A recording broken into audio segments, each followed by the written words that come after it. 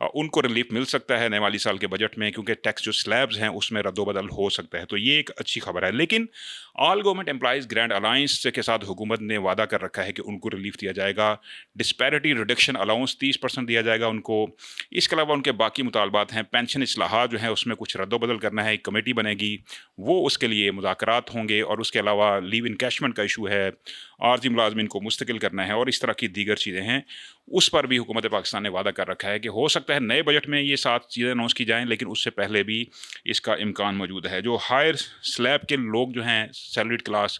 ان کو ریلیف ملتا نظر نہیں آ رہا، البتہ جن کی پینشن زیادہ ہے ان کے اوپر ٹیکس لگ سکتا ہے، یہ بھی ایک پرپوزل جو ہے وہ انڈر ڈسکشن ہے۔ تو زیادہ کمانے والوں کو ریلیف ملنے کا امکان کم ہے، جن کی سیلریز کم ہیں ان کو ریلیف مل سکتا ہے، چاہے وہ گورنمنٹ امپلائیز ہوں چاہے پرائیویٹ سیکٹر کے امپلائیز ہوں۔ دوسری بڑی ڈیولپمنٹ ایک یہ ہے کہ حکومت پاکستان نے جناب 30,968 سرکاری اسامیاں یا پوسٹیں جو ہیں وہ ختم کر دی ہیں، ابالش کر دی ہیں۔ یہی نہیں، آنے والے دنوں میں کوئی 7,724 مزید سرکاری جو پوسٹ ہیں گریڈ 1 سے لے کے 22 تک وہ ختم کی جائیں گی، اور سب سے زیادہ جو کلاہڑا چلا ہے وہ جناب گریڈ 1 کے ملازمین ہیں، 7,305 جو ہیں وہ اسامیاں ختم کی گئی ہیں، 4,253 مزید ختم کی جائیں گی۔ اس کے علاوہ مختلف سلیبس ہیں، پوری ایک لسٹ ہے میرے پاس جو کہ حکومت پاکستان نے تیار کر رکھی ہے۔ اس لسٹ کے مطابق جو گریڈ 17 سے 22 تک کے امپلائیز ہیں، 1,102 اسامیاں ختم کی گئی ہیں، 102 مزید پائپ لائن ہیں، یہ ختم کر دی جائیں گی۔ اس کے علاوہ جناب جو چھوٹے اسکیل کے امپلائیز ہیں گریڈ 1 سے 16 تک کے، وہ 30,968 ختم کر دی گئی ہیں، 7,724 مزید ختم کی جائیں گی۔ تو حکومت پاکستان نے باقاعدہ لسٹیں تیار کر لی ہیں۔ اچھا، اس کا امپیکٹ کیا ہوگا؟ حکومت کا دعویٰ ہے جناب کہ سالانہ بنیاد پر کوئی 36 ارب روپے کی بچت ہوگی، وفاقی حکومت کو خزانے پر بوجھ کم ہوگا، اور اگر اگلے 5 سال کا جائزہ لیں 180 ارب بتایا جا رہا ہے حکومت کو بچت ہوگی اگلے 5 سال میں، اور گریجولی اس میں اضافہ ہوگا، اور یہ جو اسامیاں جو ختم کی جائیں گی اس پہ نئی بھرتیاں نہیں ہوں گی، اور جن لوگوں کو فارغ کیا جائے گا ان کو گولڈن ہینڈ شیک دیا جائے گا۔ حکومت کہہ رہی ہے کہ بڑے باعزت طریقے سے لوگوں کو نوکری سے فارغ کیا جائے گا، ان کے تمام واجبات جو ڈیوز ہیں بڑے ٹرانسپیرنٹ مینر کے ساتھ ان کو پے کیے جائیں گے، اور اس کے بعد یہ پوسٹیں ختم کی جائیں گی۔ لیکن یہ بڑا ایک طویل پروسیس ہوگا، ہو سکتا ہے گریجولی یہ پروسیس ہو، کیونکہ حکومت پاکستان کے پاس اتنے وسائل نہیں ہیں کہ ہزاروں ملازمین کو یکمشت جو ہے وہ گولڈن ہینڈ شیک دیا جائے۔ تو یہ ایک بڑی ڈیولپمنٹ ہے کہ حکومت فیصلہ کر چکی ہے کہ اتنی بڑی تعداد میں تقریباً 38,000 سے 40,000 ملازمین ہیں یا پوسٹیں ہیں جن کو ختم کرنا ہے حکومت پاکستان نے۔ نئے مالی سال کے بجٹ کے حوالے سے کچھ ٹیکس تجاویز پر بھی کام جاری ہے۔ ایک تو یہ ہے کہ خصوصی اقتصادی زون یا ایکسپورٹ پروسیسنگ زون جو ہیں اس کے حوالے سے مزید مراد یا ٹیکس چھوٹ نہیں دی جائے گی، اور جو موجودہ زونز اسپیشل بنائے جا چکے ہیں یہ سال 2035 تک ختم کر دیے جائیں گے۔ اس دوران کوئی نئی مراد اضافہ ایگزمپشن نہیں دی جائے گی۔ ساتھ ساتھ کلائمیٹ فائنینسنگ پروگرام کے حوالے سے حکومت پاکستان کو IMF سے فنڈ ملنے ہیں، تو اس کے لیے جناب پیٹرول ڈیزل پر 5 روپے لیوی عائد کرنے کی تجویز ہے۔ ابھی انٹرنیشنل مارکیٹ میں پیٹرولیم پرائسز جو ہیں وہ کم ہو رہی ہیں، حکومت عوام کو ریلیف دے سکتی تھی 10 سے 12 روپے پر لیٹر، لیکن حکومت نے پیٹرولیم لیوی میں اضافہ کر دیا تقریباً 8 روپے فی لیٹر سے زیادہ، تو وہ جناب ریلیف سے محروم کر دیا عوام کو۔ اور حکومت کا دعویٰ یہ ہے کہ جو پیسے حاصل ہوں گے 30 جون تک